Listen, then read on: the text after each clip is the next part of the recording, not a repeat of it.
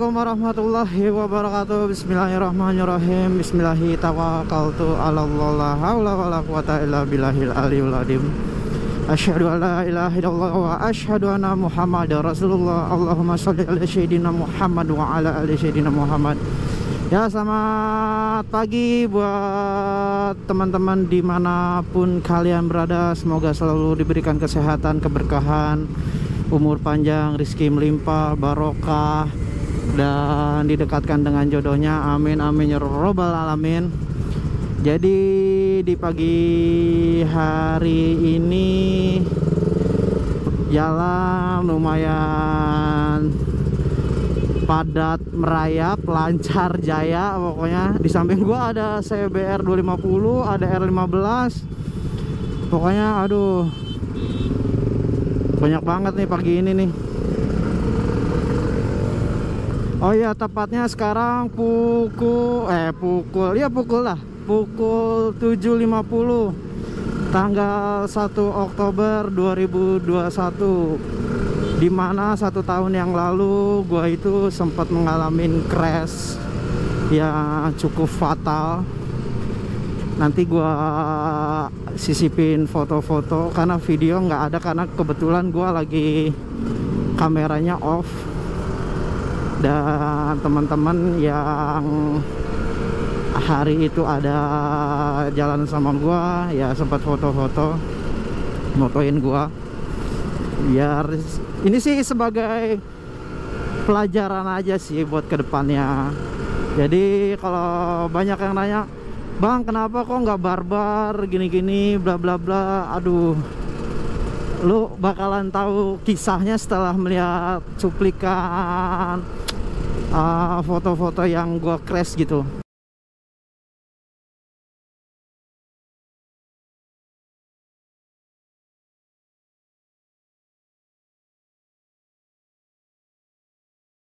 Itu tepatnya tanggal 1 Oktober 2020 jam 11 siang.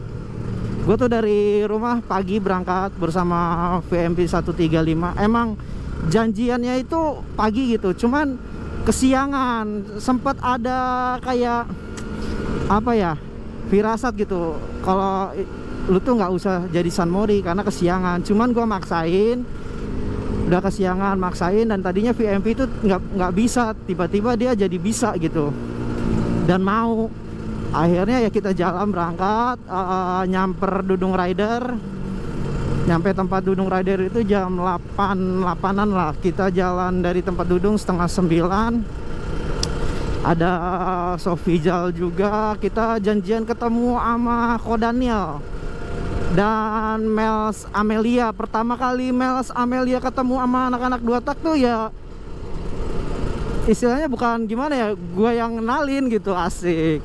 Karena gue yang kenal duluan, terus gue kenalin sama Ko Daniel dan lain-lain lah. Tapi pas kejadian beres crash itu, akhirnya Mels Amelia itu ketemu Ari Anca, Seto, ketemu Nizar, jadi kenal. Dan sampai sekarang alhamdulillah dia sering collab gitu sama Ko Daniel, sama Nizar. Terus balik lagi ke kisahnya gua. Walaupun rada gatel, di depan ada CBR 250, ya kita sambil cerita aja. Jadi pas jam 11.20 atau 11.30 gitu, gua tuh ya nggak kontrol sih bawa motornya, dan posisinya nggak tahu tracknya. Jadi gua posisi ngebut, bentar, posisi ngebut, terus jalannya bumpy, tikungan. Nah di situ tuh gua lost control. Akhirnya motornya ngehajar separator pembatas jalan, dan badan gua motor ini sampai kebalik kayak sepeda gitu. Jadi joknya itu ada di bawah. Pokoknya Kenjiro lumayan cukup parah lukanya. Dan gua akhirnya kepelanting ke taman. Nah di taman itu ada tiang listrik lah tuh, yang segede gitu tuh, yang kotak tuh. itu yang dekat lampu merah segitu. Jadi pinggang gua ngehantem dan akhirnya mental lagi ke jalan dan gua nggak bisa bangun. Itu juga gua nggak bisa napas. Coba nyoba apa caranya gua bisa napas kayak gimana. Akhirnya gue pelan-pelan dan teman-teman yang ada di lokasi di BSD itu nolongin gue semua. Ada Dudung, ada Mas Eno, ada Sofiza, Mels Amelia, Bang Rob, PMP, Ko Daniel. Ya mereka nolongin dengan sigap. Dan bentar dah, kita ngobrol lagi bentar.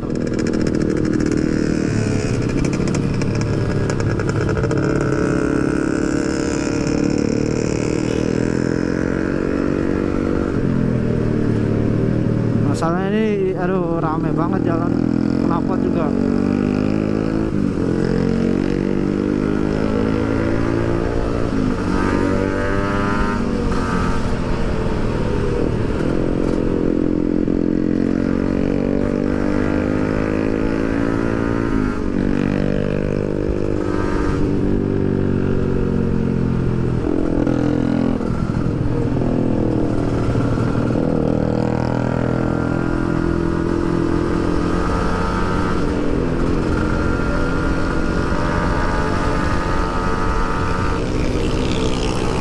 Udah gitu, untungnya gue pakai jaket tuh yang tebal dan berprotektor, sepatu lengkap lah, safety. Ketika jaket gue itu ada sobek, untungnya ada protektor. Kalau nggak ada protektor itu gue bisa patah tangan gue sebelah kiri. Gak lama ada mobil patroli perumahan di BSD datang, ada ojol, pokoknya pada nolongin semua. Gua di situ dibawa ke rumah sakit karena gua udah nggak bisa duduk. Itu aja kalau kaki kegeser dikit itu, aduh, nyerinya bener-bener berasa banget, sakit banget. Dan akhirnya gua dipangku sama Mas Eno, Dudung, dan petugas patroli situ. Gue dibawa mobil yang bak gitu, yang ada bangkunya, kayak mobil Satpol PP gitu. Dibawa ke rumah sakit dan akhirnya nyampe rumah sakit. Lalu di ronsen ternyata tulang pinggul gue ada berapa bagian yang apa ya, disebut patah, ya patah, disebut pecah, banyak yang pecah retak gitu. Jatuhnya remuk lah, ada yang remuk lah.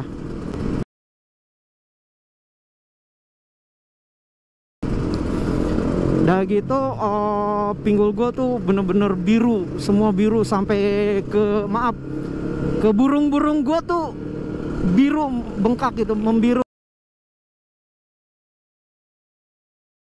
Kayak ada darah, namun cek bahasa Sunda teh mah getih nguwung. Lebammu biru banget sampai iya ke burung sama telur-telurnya loh.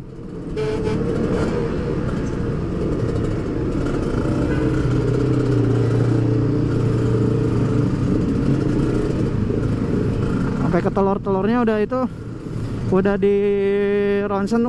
Yang temen yang paling setia nungguin gua di IGD dan di tempat ronsen Dudung sih, karena anak-anak juga, temen yang lain juga mau masuk, cuman kan harus apa ya, cuman satu orang gitu, nggak bisa banyakan. Yang lain nunggu di luar karena posisi waktu itu lagi gencar-gencarnya COVID juga.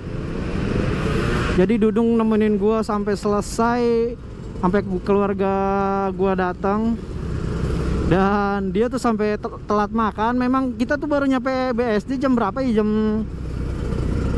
muter-muter jam 10:30. Nah mau makan bubur sarapan, ternyata udah pada habis, cuman makan gorengan sama nutrisari. Gue sama Dudung sama anak-anak yang lain tuh jadi cuman makan gorengan sama itu, jadi nggak sempet makan nasi. Wajar kalau si Dudung tuh sampai apa,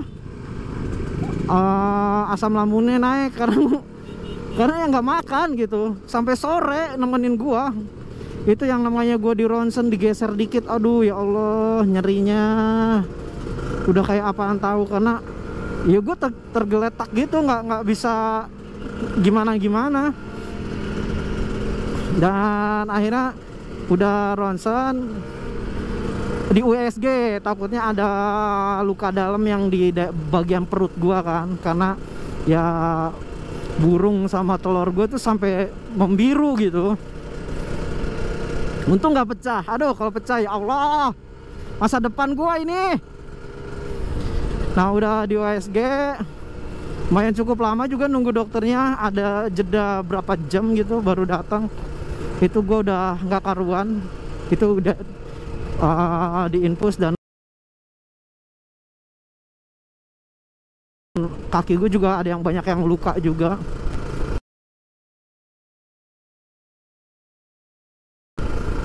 Udah gitu, dah keluarga gue datang. Nah kata dokter nyaranin gue harus dioperasi. Cuman gue berpikir kalau operasi habis berapa juta gue nih, karena tulang gue banyak, parah banget. Pasti di pennya banyak banget di bagian pinggul. Di situ keluarga gua dengan alasan ke rumah sakit, mau pindah ke rumah sakit yang terdekat dari rumah karena kan jauh dari Jakarta Timur ke di rumah sakit BSD kan. Akhirnya diizinin lah. Nah itu keluarga gua udah ada 2 mobil mau ngangkut gua, cuman gua kan posisi nggak bisa duduk. Akhirnya kita nyewa ambulan dari rumah sakit dibawa ke ahli patah tulang. Gua keluar dari rumah sakit itu sekitar jam berapa ya, jam 4:30 kalau nggak salah. Itu teman-teman semua dari pagi sampai jam segitu dia, aduh ya Allah. Thank you banyak buat Ko Daniel, Mel Amelia, Bang Fai, Mas Eno, Dudung Rider, Ari Anca juga yang jauh-jauh datang dari Jakarta nyusul, sama Mas Seto, terus Bang Ro. Pokoknya thank you banget deh yang udah nolongin gua, nemenin gua, dan bantu si Kenjiro dibawa pulang ke rumah. Aduh thank you banget. Terus setelah gua itu ada teman-teman juga banyak yang nengok. Thank you juga buat Nizar udah datang nengokin gua. Pokoknya thank you banget lah buat teman-teman semua yang udah nolongin gua waktu itu. Gua istilahnya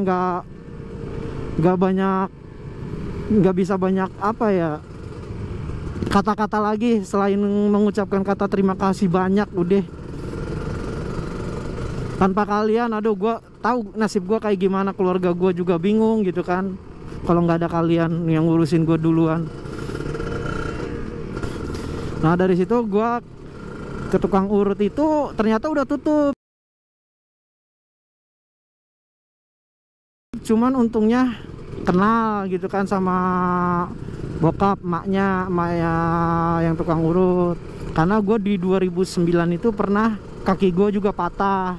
Nah gue juga dirawat di situ, alhamdulillah sembuh yang sebelah kanan. Dan kalau ya sembuh sih sembuh, cuman tempurung kaki gue itu sekarang jadi ada 2 gitu. Ya namanya bekas patah nggak bisa 100% bener-bener normal sih, yang penting bisa jalan gitu. Cuman ya adalah beberapa persen yang rubah gitu. Nah setelah gua akhirnya kepegang abis sholat maghrib kalau nggak salah, dipegang gue diurut. Tadinya gua nggak bisa duduk, itu alhamdulillah langsung duduk.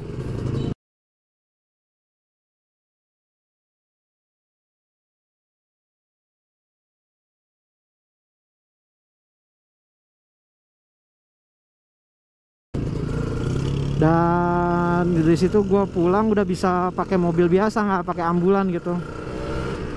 Nah udah itu udahlah gue berobat jalan tuh selama berapa kali pertemuan ya gue sama ahli patah tulang tuh, 4 kali. Seminggu itu 2 kali. Dan minggu pertama pas urut kedua itu gue udah mulai coba pakai tongkat 2. Minggu kedua pertemuan ketiga itu tongkat 1. Nah minggu kedua pertemuan keempat udah bisa pegang itu, gue langsung suruh lepas tongkat jalan biasa. Dan alhamdulillah itu selama 2 minggu ya, subhanallah lah, kekuatan Allah gitu ya, atas izin Allah gue sembuh gitu melalui pelantara ya ahli patah tulang itu. Cuman 2 minggu tulang pinggul gue remuk, gue sembuh. Dan akhirnya gue bisa motoran lagi. Gue pertama kali motoran itu pakai PCX gue nyobain, karena gue udah kangen banget buat kerja gitu kan. Akhirnya gue coba pakai PCX, sembuh, dan gue mainkan ke tempat Sinizar tuh. Dan teman-teman yang abis itu gue nyoba si kadol, kalau nggak salah bawa si kadol. Teman-teman juga yang kemarin pada nolongin gue tuh geleng-geleng, gila 2 minggu tulang remuk langsung bisa bawa motor geleng-geleng. Dan gue bilang gue turunan Sunda Empire. Gue juga mau ngucapin terima kasih banyak buat mama papa yang kemarin gue udah repotin juga tahun kemarin karena gue crash. Ya bagaimanapun namanya orang tua, walaupun gue udah tua juga gitu, tetap aja mereka ngurus juga, ngerawat. Dan terima kasih banyak juga buat istri gue tercinta yang mau ngerawat gue, mau istilahnya pokoknya mandiin gue, nyuapin gue, sampai gue pup juga dia nggak gelian. Itu yang namanya gue pup, dirapihin sama dia pampersnya, dicebokin juga. Pokoknya the best banget lah istri gue, nggak ada rasa jijik atau gimana buat ngurus suaminya yang lagi sakit. Makanya gue terkadang berpikir, duh, ini bini gue padahal bukan gue yang rawat dari kecil, bukan gue yang sekolahin, tapi dia begitu baiknya banget sama gue, ngurusin gue, ya Allah.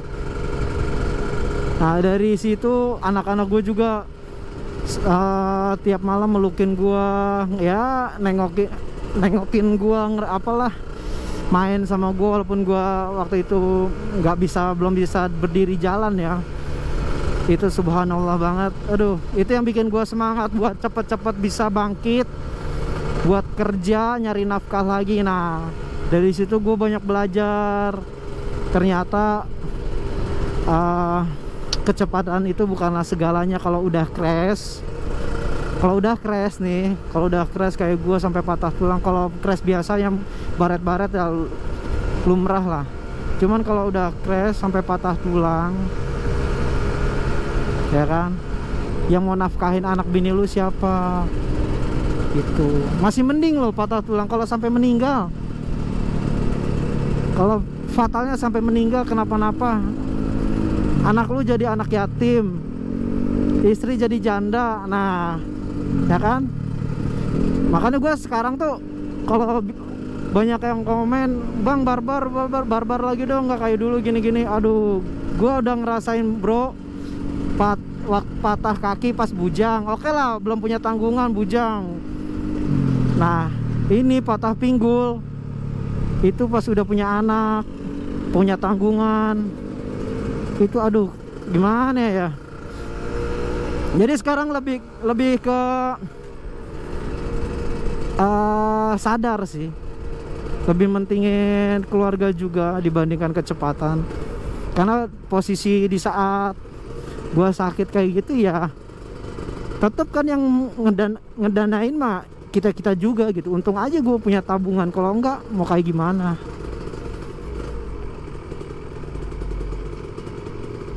Oke, nanti kita lanjut lagi friend ceritanya. Gue mau ngambil itu loh nih.